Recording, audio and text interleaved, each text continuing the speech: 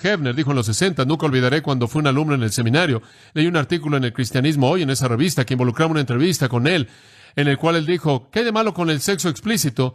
Él estaba comenzando la revista Playboy y todo eso, toda esa mentalidad. Después de todo, ¿qué está mal con esto? Es un deseo natural, ¿no es cierto? Tenemos un deseo natural por comer, tenemos un deseo natural de beber, de dormir, tenemos un deseo natural de hacer esto, y esto es simplemente ser humano, y tenemos ese deseo de manera más bien frecuente como lo tenemos por comer. ¿Qué está mal con hacer eso? Eso es simplemente conducta humana, y ¿sabe qué? Esa mente depravada y caída simplemente dice, sí, y simplemente hace eso. Y usted cree que están allá afuera diciendo, oh, culpabilidad. No, pero ellos no conocen las reglas. Esa es la razón por la que escribí el libro La conciencia que se desvanece, porque no hay sistema para informar el sistema de advertencia. Entonces, ¿por qué se van a sentir mal por eso?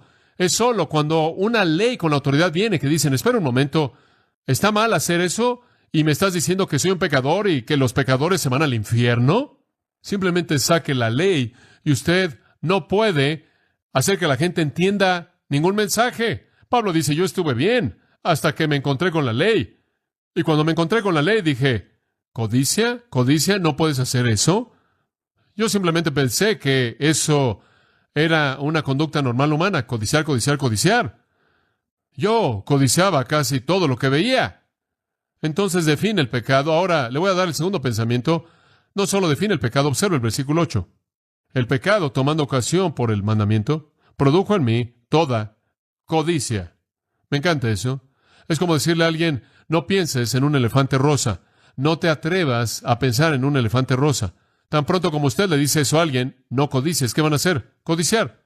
Cuando usted continúa imponiéndole la ley, simplemente incita todo en ellos. Y es ese sentido de decir, esto está mal, y de pronto comienza a ver que la codicia se ve por todos lados en su vida. ¿No es cierto? Está por todos lados.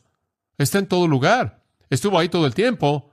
Nunca fue definido para usted, y después cuando la ley vino, su condición caída dijo, no me gusta esa ley, y algo en usted comienza a empujarlo a hacer más de eso. Es como el pequeño niño que está ahí en la tienda, y hay un pequeño letrero ahí en la caja que dice, no toques, y usted está ahí y lo ve, y su mamá voltea hacia el otro lado, y él hace, manténgase lejos de las flores, y él simplemente voltea y mete su pie ahí para que pueda decir que lo hizo. Simplemente la manera en la que la ley está hecha. Y cuando confronta la condición caída del hombre, define su pecado y eso incita a su pecado. ¿Se acuerda del progreso del peregrino cuando la ley entra ahí al cuarto y es como un ciervo y comienza a desempolvar y demás y nunca sabe lo sucio que está hasta que usted comienza a desempolvar, hasta que entra la luz por la ventana y usted simplemente dice, hombre, esto está... Así es la ley, simplemente agita el polvo por todos lados, es lo que hace.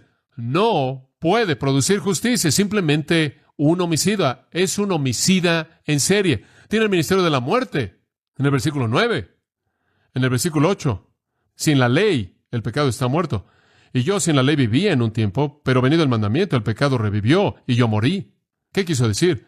Bueno, él murió una muerte espiritual. Él se dio cuenta de que su condición era muerte espiritual. Él se dio cuenta de que estaba separado de la vida de Dios, que era un pecador que estaba condenado. Y allí que el mismo mandamiento que era para vida, a mí resultó para muerte. Versículo 11, al final, por él me mató. De manera que la ley a la verdad es santa y el mandamiento es santo, justo y bueno. El problema no es con la ley, el problema es que es conmigo. Versículo 14, porque sabemos que la ley es espiritual, mas yo soy carnal, vendido al pecado.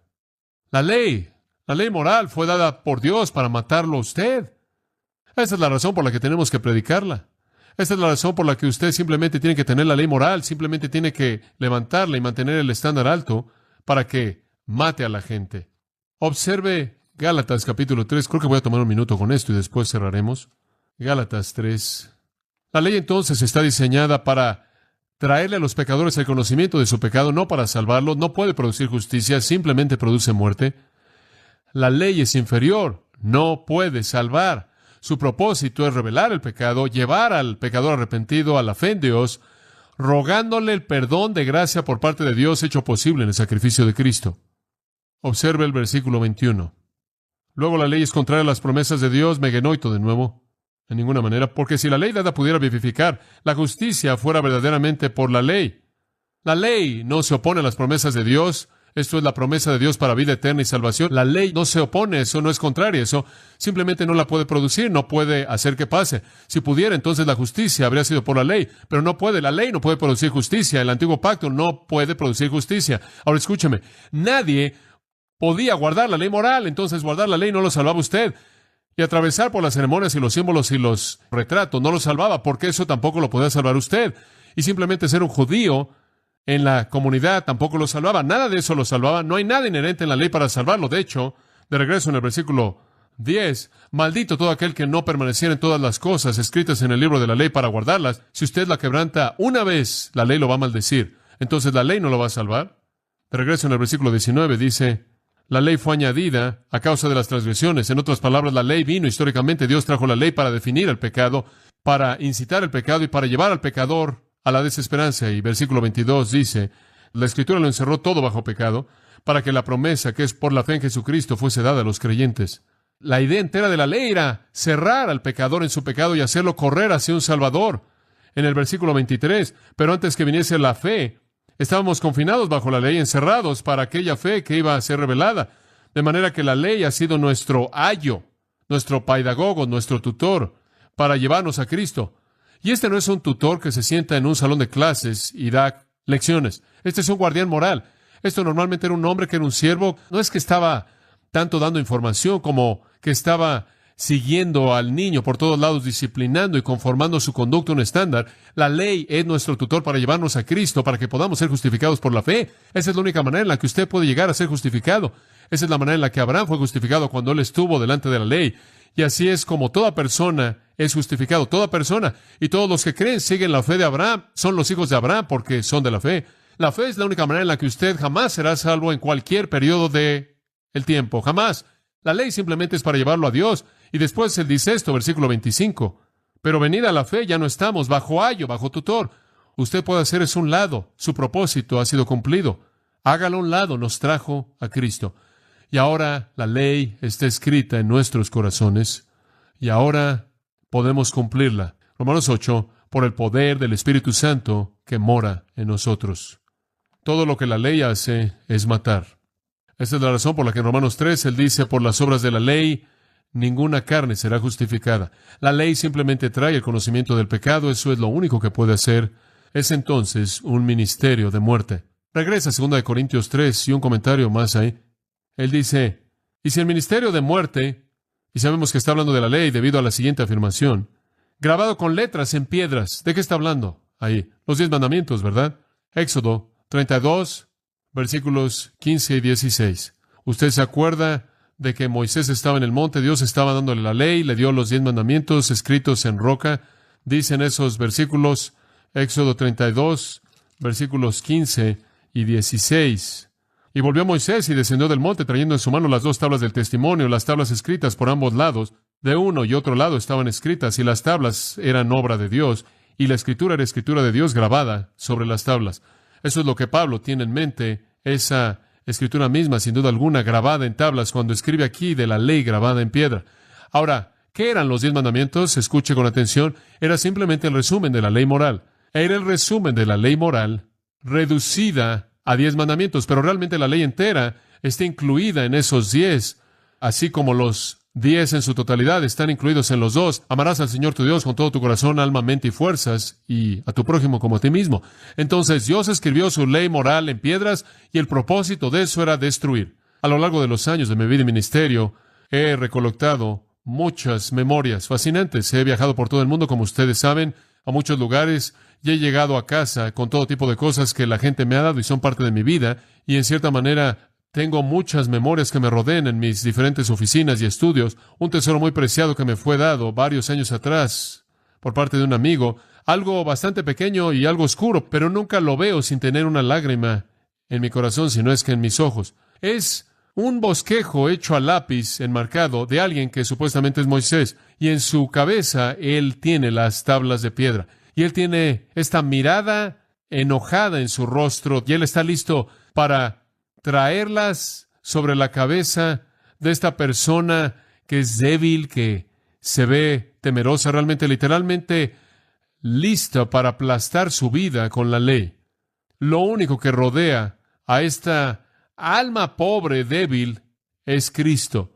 Y Él tiene sus brazos en su pecho y sus hombros sobre su cabeza, y Él está totalmente protegido por el abrazo de Cristo, de tal manera que nunca podría ser golpeado. La ley solo podía pegarle a Cristo, y claro, Él la despedazaría en 1,000,000 de pedazos. Y al ver eso, y pienso en lo que eso expresa de manera magnífica, lo que la ley busca hacer, y solo lo que Cristo puede evitar que la ley haga. Porque Cristo, dice Gálatas 3, llevó la maldición. La ley descendió, nada más que quitó la vida de ¿quién? La vida de Él. Destrozó su vida, y al destrozar su vida, fue destrozada en términos de su capacidad de matar al que protege. Tremendo. Las letras en piedra matan. Hombre, cualquier persona que esté pensando que llegas al cielo al guardar la ley moral, al ser una persona buena moral, olvídalo. Va a aplastarlo hasta hacerlo polvo, a menos de que usted esté protegido por Cristo. Y cuando le pegue a Él, nunca le tocará a usted. De hecho, Él morirá en su lugar. ¿Verdad tremenda? Pablo dice, esta ley, no me malentiendan, vino con gloria. Vino con gloria. Hubo gloria en el monte, la nube estuvo ahí, los relámpagos, los truenos estuvieron ahí, los ángeles estuvieron ahí, porque la ley fue mediada por ángeles. Dios estuvo ahí escribiendo con un dedo de fuego en tablas de piedra. Había gloria por todos lados. No piense que la ley es despreciada. No piense que Moisés elevó lo que Pablo menosprecia. No, Pablo no menospreció la ley de Dios como sus enemigos decían. Él dice, vino con gloria, fue con gloria. Tuvo su lugar, fue santa, gloriosa, justa y buena. Lo que Pablo menosprecia no es la ley, sino el mal uso de la ley, la representación equivocada de la ley. La ley vino con gloria, pero al final del versículo 7, que la gloria de la ley fue ¿qué tipo de gloria? Gloria que se desvanecía, gloria que se desvanecía. Tuvo gloria, pero una gloria que pasó y es reemplazada por la gloria del nuevo pacto. El nuevo pacto da vida. El nuevo pacto produce justicia. La ley no podía dar vida, solo mata. No podía producir justicia. Lo único que hizo fue incitar el pecado. Produjo muerte y pecado. El nuevo pacto, vida y justicia. Ahora ese es el cimiento del resto del pasaje. El resto es una ilustración. ¿Y sabe cómo es que él lo ilustra? Lo ilustra de una manera sorprendente y maravillosa, llevarnos de regreso a un incidente con Moisés en ese monte, cuando él fue a recibir la ley de Dios, vio a Dios cara a cara y salió con la gloria de Dios reflejada, brillando en su rostro. Pablo escoge ese acontecimiento maravilloso, increíble, en la historia redentora, como su ilustración de la gloria que se desvanece del antiguo pacto para ser reemplazada por la gloria permanente del nuevo. Entonces, la próxima semana regresaremos a Éxodo. Viviremos con Moisés a través de ese incidente, lo cual se convierte en el cimiento para el resto del pasaje. Oremos juntos.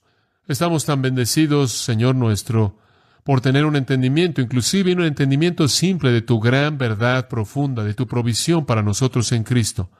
Estamos tan agradecidos porque nos has abierto un entendimiento apropiado de la ley, el Evangelio, el antiguo pacto, el nuevo.